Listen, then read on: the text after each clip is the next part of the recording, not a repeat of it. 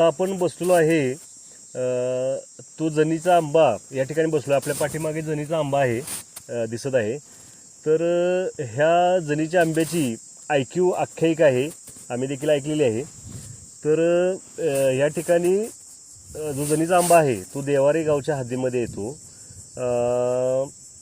या ठिकाणी जनाबाई नावाची एक महिला होती. ती महिला या परिसरामध्ये तसेच सातारच्या हद्दीपर्यंत तिची जनावरे राखत असत. तर ह्या देवारे गावच्या लोकांचा जमिनीचा महसूल जो कर होता तो थकला होता आणि त्यांच्या जमिनीवरती कारवाई त्या काळामध्ये होणार होती. त्यावेळी ते लोक सातारच्या खिंडीतून खाली निघाले होते. त्यावेळी जी जनाबाई नावाची महिला होती तिने त्या लोकांना थांबवून त्याच्याबाबत चौकशी केली. तर त्यांनी असे त्यांना त्या जमिनीच्या महसुलाबाबत सांगितलं. तो जो काही महसूल होता, जमिनीचा जो काही कर होता, तो जनाबाई नावाच्या महिलेने त्यावेळी मापटी किंवा जे काय मोजमाप करायचं जे काही साधन होतं त्याच्याद्वारे पैसे मापून ते कर भरला.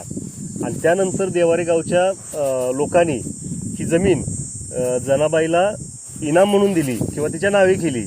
त्यानंतर ह्या झाडाला जनीचा आंबा असे नाव देण्यात आले. आज देखील ते जनीच्या आंबा नावानेच ओळखलं जातं.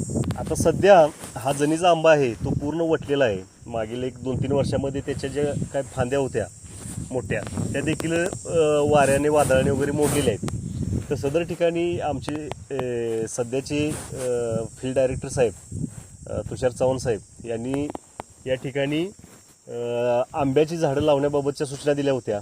त्या अनुषंगानं आम्ही इथं 5 आंब्याची झाडं लावलेली आहेत. त्याला कुंपण केलेलं आहे व त्याला पाणी वगैरे देतो आम्ही.